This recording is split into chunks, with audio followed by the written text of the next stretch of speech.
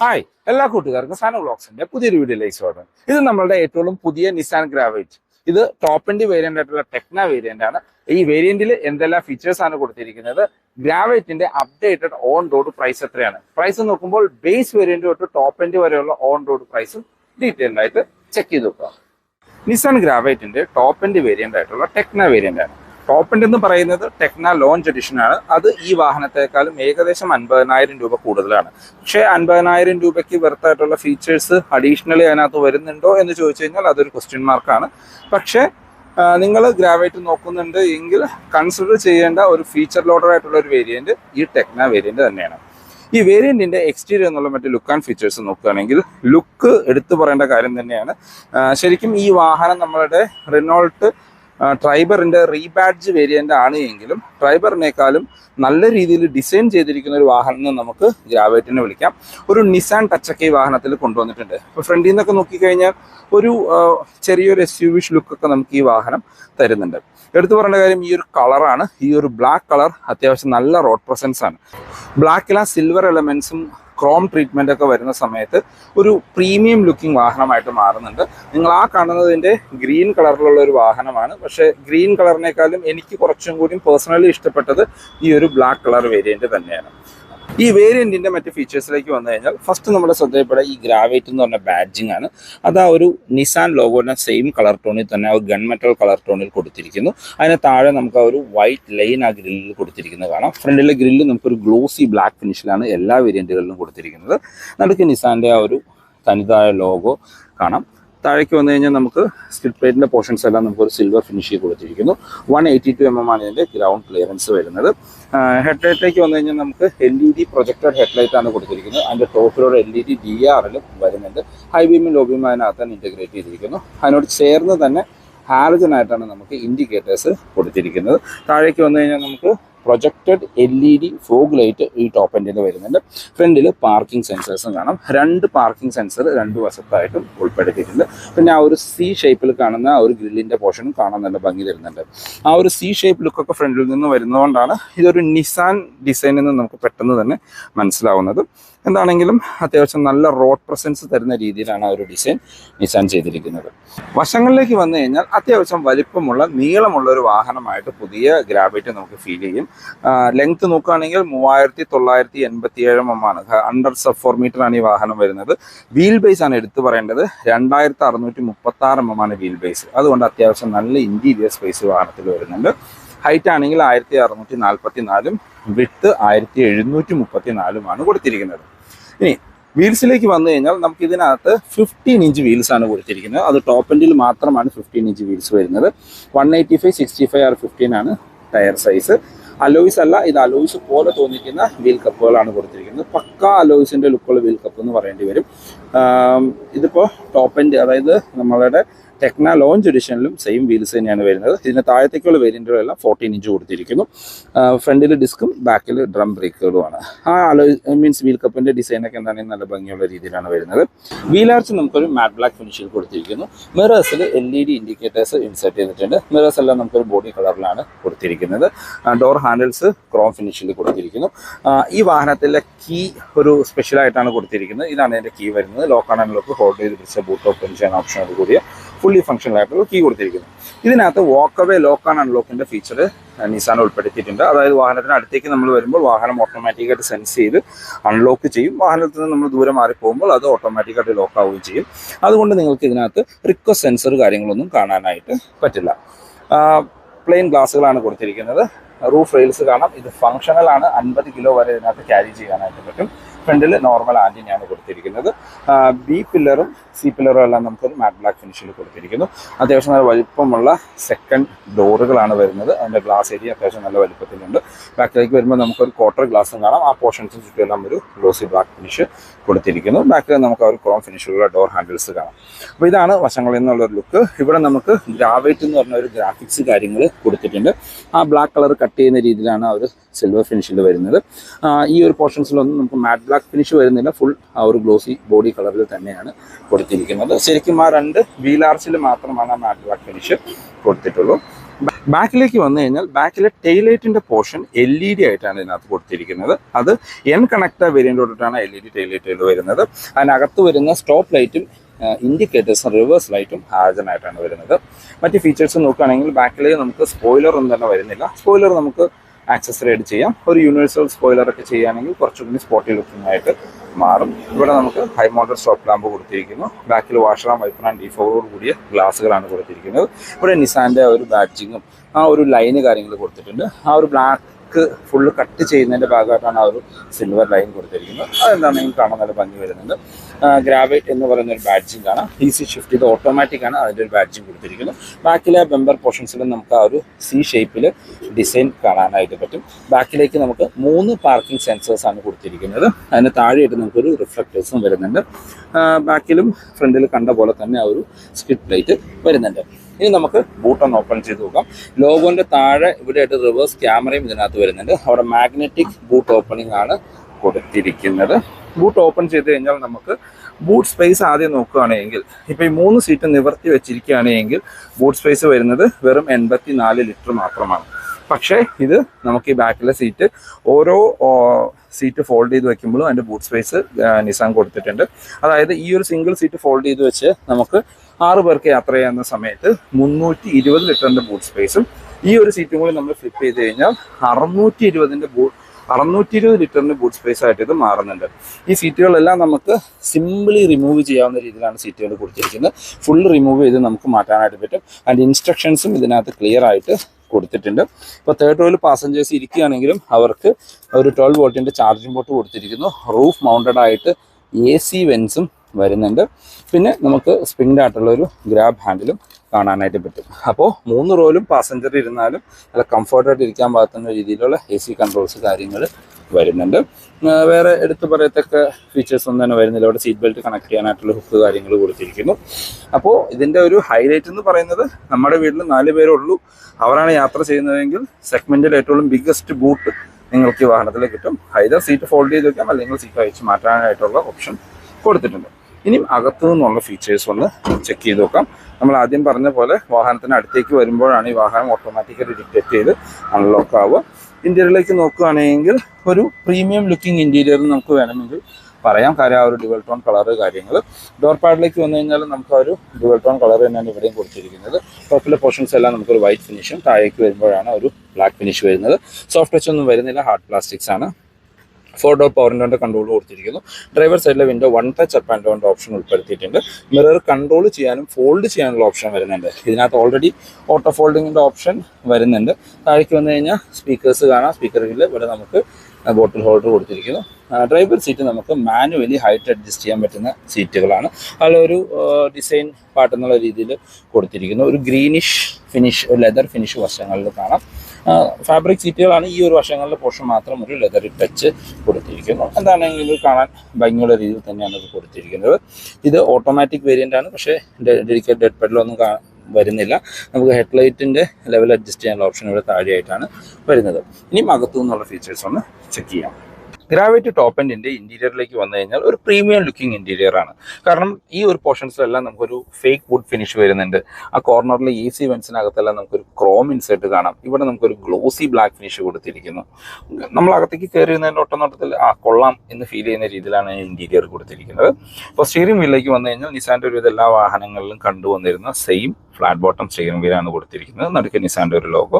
താഴത്തെ പോർഷൻസിലെല്ലാം നമുക്കൊരു glossy black finish കാണാം. അത് ലെതർ റാപ്ഡ് ആയിട്ട് കൊടുത്തിരിക്കുന്നു. എനിക്ക് തോന്നുന്നു എൻ കണക്ട് വേരിയന്റ് തൊട്ടേ നമുക്ക് ലെതർ റാപ്ഡ് ആയിട്ടുള്ള സ്റ്റിയറിംഗ് വീല് വരുന്നുണ്ട്.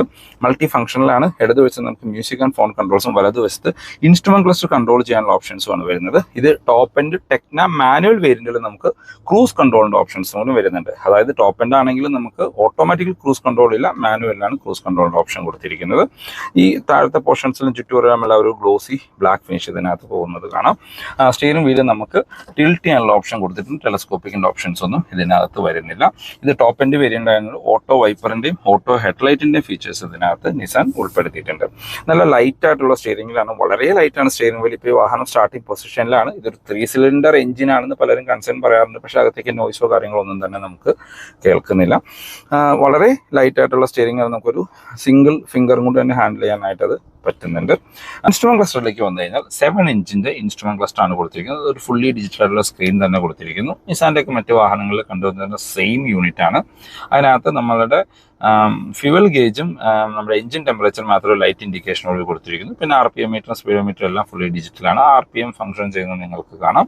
അതിനകത്ത് നമ്മളിപ്പോൾ ഡയറക്റ്റ്ലി നോക്കുന്ന സമയത്ത് ഒരു നിസാൻ ഗ്രാവൈറ്റ് അതിനകത്ത് നിൽക്കുന്നത് നിങ്ങൾക്ക് കാണാനായിട്ട് പറ്റും. ആ ഒരു എന്താ പറയുക, ഗ്രാഫിക്സ് കാര്യങ്ങളെല്ലാം നല്ല ഭംഗി തരുന്നുണ്ട്. അതിനകത്ത് കുറച്ചധികം ഫീച്ചേഴ്സ് വരുന്നുണ്ട്. അത് കൺട്രോൾ ചെയ്യുന്ന ബട്ടൺ ഈ സ്റ്റിയറിംഗ് വീലിലെ ബട്ടൺസ് ഉപയോഗിച്ചിട്ടാണ്. നമ്മളിപ്പോൾ ക്ലിക്ക് ചെയ്യുകയാണെങ്കിൽ നിങ്ങൾക്ക് അതിനകത്ത് ആവറേജ് ഫ്യൂൽ ഇക്കോണമി ഇൻഫർമേഷൻസ് കാണാം. പിന്നെ അതിനകത്ത് പിന്നെ ട്രിപ്പ് ബൈ ട്രിപ്പ് പോലെയുള്ള ഫീച്ചേഴ്സ് കൊടുത്തിരിക്കുന്നു. TPMS സ്റ്റാൻഡേർഡ് ആയിട്ട് എല്ലാ വേരിയന്റുകളിലും വരുന്നുണ്ട്. അതിൻ്റെ ഒരു ഇൻഡിക്കേഷൻ നിങ്ങൾക്ക് കാണാം. പിന്നെ നമ്മൾക്ക് സർവീസ് ഇന്റർവെൽസ് കാണിക്കുന്നുണ്ട്. ഫസ്റ്റ് സർവീസ് കാണിച്ചിരിക്കുന്നത് 10,000 കിലോമീറ്ററിലാണ്. അങ്ങനെ ഇൻഫർമേഷൻസ് എല്ലാം ഇതിനകത്ത് വരുന്നുണ്ട്. പിന്നെ അതിൻ്റെ ലേഔട്ട് കാര്യങ്ങൾ കൺട്രോൾ ചെയ്യാനുള്ള ഒരു ഓപ്ഷൻസും വരുന്നുണ്ട്. അത് കൺട്രോൾ ചെയ്യാനുള്ള ബട്ടൺ നമ്മുടെ ഈ സ്റ്റിയറിംഗ് വീലിലാണ് കൊടുത്തിരിക്കുന്നത്. അത് കൺട്രോൾ ചെയ്യാൻ നിങ്ങൾക്ക് അതിനകത്തുള്ള ഫീച്ചേഴ്സ് കാര്യങ്ങൾ ടോഗിൾ ചെയ്യാനായിട്ട് പറ്റും. നിങ്ങൾക്ക് കാണുന്ന ഫ്യൂൽ ഇക്കോണമി, റേഞ്ച് കാര്യങ്ങളെല്ലാം ഇൻഫർമേഷൻസ് വരുന്നുണ്ട്. ഇനി അടുത്തൊരു ഓപ്ഷൻ ആയിട്ടുള്ള ട്രിപ്പ് ബി പോലെയുള്ള ഫീച്ചേഴ്സ് വരുന്നുണ്ട്. പിന്നെ TPMSലേക്ക് പോയി കഴിഞ്ഞാൽ അതിനകത്ത് ആ ഒരു ഫീച്ചർ മാത്രമാണ് കൊടുത്തിട്ടുള്ളൂ. അങ്ങനെ ഒരു ഫീച്ചർ ലോഡഡ് ആയിട്ടുള്ള ഒരു സംഭവം എന്ന് വേണമെങ്കിൽ നമുക്കത് പറയാം. സെൻറ്ററിലേക്ക് വന്നു കഴിഞ്ഞാൽ നമ്മൾ ആദ്യം പറഞ്ഞ പോലെ ഈ ടോപ്പിലാണ് AC വെൻസ് കൊടുത്തിരിക്കുന്നത്. ഈ വശങ്ങളിലുള്ള AC വെൻസിന് ചുറ്റും ഒരു ക്രോം ഇൻസൈറ്റും സെൻറ്ററിൽ എന്തോ അത് നിസാൻ മറന്നു പോയതാണെന്ന് എനിക്ക് തോന്നുന്നു. താഴേക്ക് വന്നു കഴിഞ്ഞാൽ നമുക്ക് 8 ഇഞ്ചിൻ്റെ ഒരു ഇൻഫർടൈൻമെന്റ് സ്ക്രീൻ കാണാം. Android Auto, Apple CarPlay wireless ആണ്. അതിനകത്തൊരു ഡീസൻറ്റ് ക്ലാരിറ്റി ആയിട്ടുള്ള റിവേഴ്സ് ക്യാമറയും വരുന്നുണ്ട്. അതിനകത്ത് ഗൈഡ് ലൈൻസോട് കൂടിയാണ് കൊടുത്തിരിക്കുന്നത്. പാർക്കിംഗ് സെൻസേഴ്സും അതിനകത്ത് ഫംഗ്ഷൻ ചെയ്യുന്നത് കാണാം. അതിനകത്ത് ഇപ്പോൾ ഈ എന്താ സ്ക്രീനകത്തൊരു സ്ക്രീൻ ഗാർഡ് ഒട്ടിച്ചിട്ടുണ്ട്. ബാക്കിലെ ക്യാമറയും ഒരു ഗ്ലാസ് ഉണ്ട്. അതുകൊണ്ടാണ് അത് ഒട്ടും ക്ലിയർ ആയിട്ട് നിങ്ങൾക്ക് ഫീൽ ചെയ്യാത്തത്. അത്യാവശ്യം ക്ലാരിറ്റി ഉള്ള ഒരു ക്യാമറ ആയിട്ട് തന്നെയാണ് അത് കൊടുത്തിരിക്കുന്നത്. അതിനകത്ത് ഇത് ഫുൾ സ്ക്രീനിൽ കാണാനായിട്ടും അതിൻ്റെ ബ്രൈറ്റ്നസ് അഡ്ജസ്റ്റ് ചെയ്യാനായിട്ടുള്ള ഒരു ഓപ്ഷൻസ് കാര്യങ്ങളും ഇതിനകത്ത് ഉൾപ്പെടുത്തിയിട്ടുണ്ട്. ആ ബ്രൈറ്റ്നസ് ഒക്കെ അഡ്ജസ്റ്റ് ചെയ്ത് കഴിഞ്ഞാൽ നല്ല ക്ലിയർ ആയിട്ട് തന്നെ നമുക്ക് അതിനകത്ത് ഫീച്ചേഴ്സ് കാണാനായിട്ട് ബാക്ക് കാണാനായിട്ട് പറ്റും. ഇതിനകത്ത് 4 സ്പീക്കറും 2 ടൂട്ട് റോഡും കൂടിയ മ്യൂസിക് സിസ്റ്റമാണ് കൊടുത്തിരിക്കുന്നത്. ടോപ്പ് എൻഡിൽ മാത്രമാണ് ടൂട്ടേഴ്സ് വരുന്നത്. അത്യാവശ്യം നല്ല ക്ലാരിറ്റിയുള്ള മ്യൂസിക് ക്ലാരിറ്റിയൊക്കെ ഈ ഒരു സിസ്റ്റം നമുക്ക് തരുന്നുണ്ട്. അത് താഴേക്ക് വന്നു കഴിഞ്ഞാൽ നമുക്ക് ഫ്രണ്ടിലെ പാർക്കിംഗ് സെൻസേഴ്സ് ഓഫ് ചെയ്യാനുള്ള ഒരു ഓപ്ഷൻ കൊടുത്തിരിക്കുന്നു. ബാക്കിലെ ഡിഫോഗറിന്റെ ബട്ടൺ, നമ്മുടെ ഹസാർഡ് ലൈറ്റ്, സെൻട്രൽ ലോക്കിംഗ് ഇവിടെയാണ് കൊടുത്തിരിക്കുന്നത്. പിന്നെ ട്രാക്ഷൻ കൺട്രോളിന്റെ ഒരു ബട്ടണും കാണാനായിട്ട് പറ്റും. താഴേക്ക് വന്നാൽ AC കൺട്രോൾസ് ഈ ടോപ്പ് എൻഡ് വേരിയന്റിലും മാനുവൽ AC ആണ്. ഓട്ടോ ACയുടെ ഫീച്ചേഴ്സ് ഒന്നും തന്നെ വരുന്നില്ല. ഇവിടെ എല്ലാം നമുക്ക് സ്റ്റോറേജ് സ്പേസ് ആണ് കൊടുത്തിരിക്കുന്നത്. ഒരു USB കണക്ട് ചെയ്യാനുള്ള ഓപ്ഷൻ കൊടുത്തിരിക്കുന്നു. ഒരു നമ്മുടെ പുഷ് ബട്ടൺ സ്റ്റാർട്ട് ഇവിടെ ആയിട്ടാണ് വരുന്നത്. ഇവിടെ നമുക്ക് വയർലെസ് ചാർജിങ് പാഡ് വരുന്നുണ്ട്. അത് ഈ ഒരു പോർഷൻസിലായിട്ട് കൊടുത്തിരിക്കുന്നു. നമ്മളുടെ AMT ഗിയർ ലിവറാണ്. അതിൻ്റെ ടോപ്പിലെല്ലാം നമുക്ക് ആ ഒരു സിൽവർ ടച്ച് കാണാനായിട്ട് പറ്റും. ഇവിടെ 2 കപ്പ് ഹോൾഡേഴ്സ് കൊടുത്തിരിക്കുന്നു. ഇവിടെ നമുക്കൊരു ഗ്ലോ ബോക്സ് വരുന്നുണ്ട്. അത് കൂൾഡ് ഗ്ലോ ബോക്സ് ആയിട്ടാണ് കൊടുത്തിരിക്കുന്നത്. കൂൾഡ് ഗ്ലോ ബോക്സ് നമ്മൾ എഴുതി വെച്ചിട്ടുണ്ട്. നല്ല ഡീപ്പായിട്ട് ഒരു water bottle 1-2 litre water bottle store ചെയ്യാനായിട്ടുള്ള ഒരു സ്പേസ് അതിനകത്ത് വരുന്നുണ്ട്. ബാക്കിലെ ACയുടെ ബ്ലോവർ കൺട്രോൾ ചെയ്യാനായിട്ടുള്ള ഒരു ഓപ്ഷൻ നമുക്ക് ഇവിടെ ആയിട്ടാണ് വരുന്നത്. നല്ല കംഫർട്ടായിട്ട് ഇരിക്കാൻ പറ്റുന്ന ഡ്രൈവർ സീറ്റുകളാണ്. ഫ്രണ്ടിലെ സീറ്റ് നമുക്ക് ഫിക്സഡ് ഹെഡ് റെസ്റ്റുകളാണ് കൊടുത്തിരിക്കുന്നത്. സീറ്റ് ബെൽറ്റ് ഹൈറ്റ് അഡ്ജസ്റ്റ് ചെയ്യാനുള്ള ഓപ്ഷൻ ഒന്നും വരുന്നില്ല. ഈ ഒരു പില്ലറിന്റെ പോർഷൻ നമുക്കൊരു ബ്ലാക്ക് ഫിനിഷ് കൊടുത്തിരിക്കുന്നു. സ്പ്രിംഗ് ആയിട്ടുള്ള ഗ്രാബ് ഹാൻഡിലാണ്. കോ ഡ്രൈവേഴ്സുകൾ സൺവൈസസ് വിത്ത് മിററോട് കൂടി കൊടുത്തിരിക്കുന്നു. മാനുവൽ ഡിമ്മിങ്ങുള്ള IRVMs ആണ് കൊടുത്തിരിക്കുന്നത്. അകത്തെ റീഡിംഗ് ലൈറ്റുകൾ LED ആയിട്ട് കൊടുത്തിരിക്കുന്നു. ഡ്രൈവർ സൈഡിലും സൺവൈസസ് വിത്ത് ടിക്കറ്റ് ഹോൾഡറോട് കൂടിയാണ് വരുന്നത്. നമുക്ക് ഈ വാഹനത്തിന്റെ ഡ്യുവൽ ഗ്ലോ ബോക്സ് ആണ് കൊടുത്തിരിക്കുന്നത്. ടോപ്പിൽ നമുക്കൊരു ഗ്ലോ ബോക്സ് വരുന്നുണ്ട്. അത് നോർമൽ ഗ്ലോ ബോക്സ് ആയിട്ട് കൊടുത്തിരിക്കുന്നു. താഴെ നമുക്ക് അത്യാവശ്യം ഡീപ്പായിട്ടൊരു ഗ്ലോ ബോക്സ് കാണാം. അതിനകത്ത് ലൈറ്റും കൂൾഡ് ഫീച്ചറോടും കൂടിയാണ് കൊടുത്തിരിക്കുന്നത്. താഴത്തെ ഗ്ലോ ബോക്സിൽ അത്യാവശ്യം നല്ല വലിപ്പമുണ്ട്. അത്യാവശ്യ സാധനങ്ങൾ വാട്ടർ ബോട്ടിൽ എന്താണെന്ന് വെച്ചാൽ നിങ്ങൾക്ക് അതിനകത്ത് വെച്ച് കൂൾഡായിട്ട് യൂസ് ചെയ്യാനായിട്ട് പറ്റും. അപ്പോൾ സ്റ്റോറേജിന്റെ കാര്യത്തിൽ അത്യാവശ്യം സ്റ്റോറേജ് അതിനകത്ത് വരുന്നുണ്ട്. ഡോർ പോക്കറ്റ്സ് വരുന്നുണ്ട്. 2 ഗ്ലോ ബോക്സ് ഇവിടെ വരുന്നുണ്ട്. സെൻട്രൽ ഗ്ലോ ബോക്സ് വരുന്നുണ്ട്. കപ്പ് ഹോൾഡേഴ്സ് വരുന്നുണ്ട്. അങ്ങനെ സ്റ്റോറേജിന്റെ കാര്യത്തിൽ ഇഷ്ടം പോലെ സ്റ്റോറേജ് സ്പേസ് ആണ് വരുന്നത്. ബാക്കി യാത്രക്കാരെ കംഫർട്ട് നോക്കുകയാണെങ്കിൽ അത്യാവശ്യം വൈഡായിട്ട് തുറക്കുന്ന വലിപ്പമുള്ള ഡോറുകൾ തന്നെയാണ്. അതുകൊണ്ട് കയറി ഇറങ്ങാനൊക്കെ വളരെ എളുപ്പമാണ്. ഡോർ പാഡിലേക്ക് വന്നു കഴിഞ്ഞാൽ നമുക്ക് ഒരു ഡുവൽ ടോൺ കളർ കാണാം. ഹാർഡ് പ്ലാസ്റ്റിക്സ് ആണ്, സോഫ്റ്റ് ടച്ച് ഒന്നും കൊടുത്തിട്ടില്ല. പവർ വിൻഡോയുടെ കൺട്രോൾ കൊടുത്തിരിക്കുന്നു. താഴെ നമുക്ക് സ്പീക്കർ വീല്, ബോട്ടിൽ ഹോൾഡേഴ്സ് കാണാം. അകത്ത് ഹാൻഡിൽ നമുക്ക് സിൽവർ ഫിനിഷിലാണ് കൊടുത്തിരിക്കുന്നത്. അകത്തേക്ക് നോക്കുകയാണെങ്കിൽ നമുക്ക് ഈ ഒരു സെക്കൻഡ് റോ ശരിക്കും 3 പേർക്ക് ഇരിക്കാനായിട്ട് പറ്റും. പക്ഷേ 2 പേർക്കുള്ള അഡ്ജസ്റ്റബിൾ ഹെഡ് റെസ്റ്റ് ആണ് കൊടുത്തിരിക്കുന്നത്. ഇപ്പോൾ ഫ്രണ്ട് സീറ്റ് എൻ്റെ ഹൈറ്റിനാണ് അഡ്ജസ്റ്റ് ചെയ്തിരിക്കുന്നത്. നിങ്ങൾക്ക് ബാക്കിലെ ഒരു സ്പേസ് കാണാനായിട്ട് പറ്റും.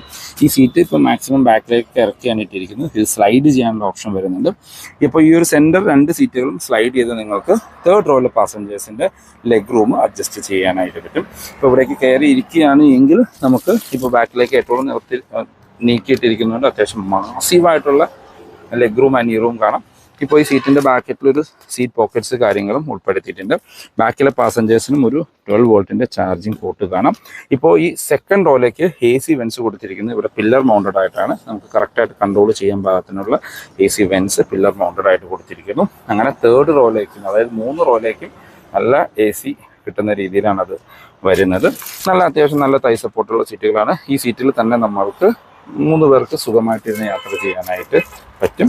ഈ ഒരു സീറ്റ് നമുക്ക് സിംഗിൾ ഫ്ലിപ്പിൽ ഇങ്ങനെ ഫോൾഡ് ചെയ്തിട്ടാണ് തേർഡ് റോയിലേക്ക് നമ്മൾ എൻട്രി ചെയ്യുന്നത്. അത് നമുക്ക് അപ്പുറത്തേക്കൂടെ വരുമ്പോൾ നോക്കാം.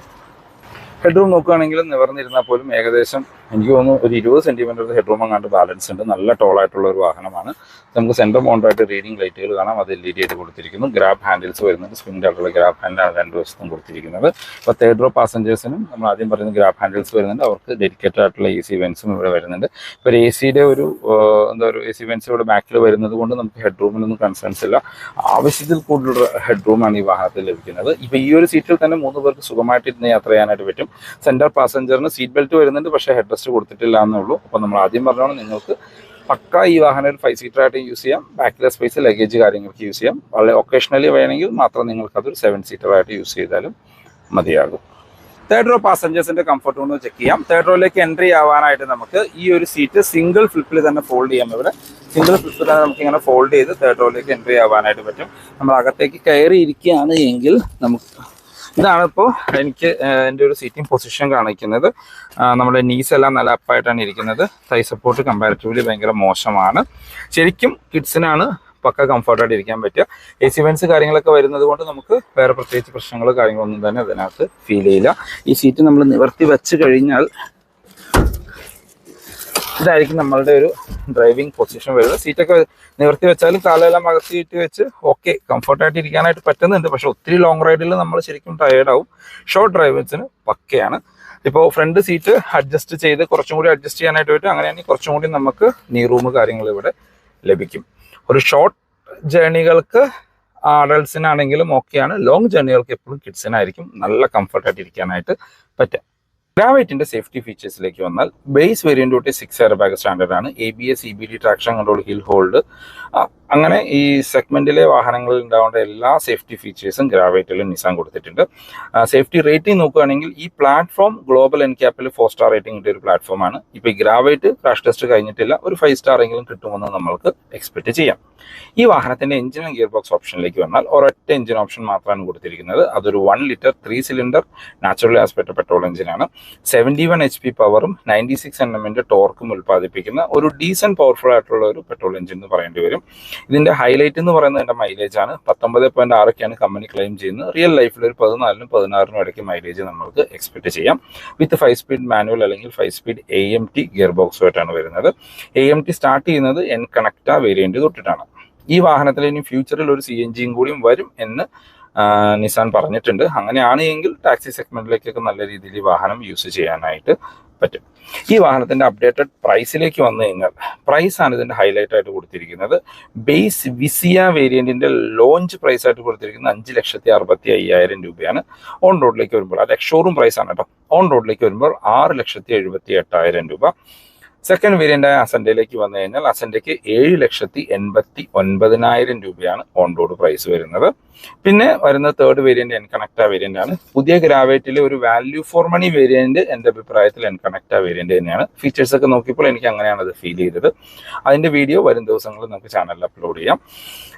അപ്പോൾ എൻകണക്റ്റ വേരിയന്റിലേക്ക് വന്നു കഴിഞ്ഞാൽ അതിന്റെ പ്രൈസ് മാനുവലിന് 8,61,000 രൂപയും ഓട്ടോമാറ്റിക് 9,33,000 രൂപയാണ്. അതായത് എൻകണക്റ്റ വേരിയന്റിലാണ് നമുക്ക് ഓട്ടോമാറ്റിക് സ്റ്റാർട്ട് ചെയ്യുന്നത്.